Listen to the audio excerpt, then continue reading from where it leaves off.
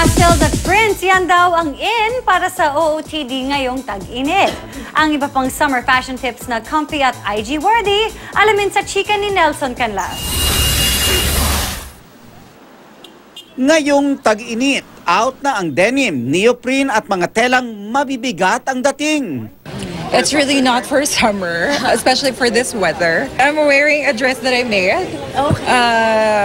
No lining, so it's gonna be very flowy and comfy, cool. Chiffons, I still love chiffons for this season.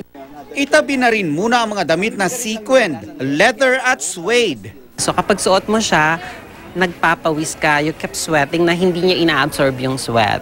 Iwas muna rin tayo sa mga plaid designs. Pero kung dito talaga maiwasan, i-pair ito sa matingkad na summer colors para masarap pa rin sa mata. Uso raw ngayon ang white, yellow at mustard, pink at iba pang bright and airy colors. Eto mas pipiliin ko for summer kasi yung color niya very summer tsaka maganda ang registration nito kapag nagpicture ka.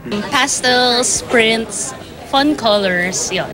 Mas less daw ang florals ngayon dahil in ang mga stripes. Pero ingat sa pagsusuot nito ha, piliin ang light-colored at wag horizontal stripes. Vertical stripes kasi it also has a slimming factor which I know people will want sa summer na to look slimmer. Patok din if you show more skin. Pero kung hindi confident sa figure, magsuot ng manipis na cover-up para presko pa rin. Every time that I want to upscale my summer look, nilalagyan ko siya ng something that parang overlaps, like similar to what I'm wearing. Mas nakaka-fresh? Oo, saka mas breathable. Iwasan din ang body-hugging outfits. Importante raw ang cut ngayon to allow more air sa katawan. Oversized and loose, that's also another really big trend that we're sporting right now.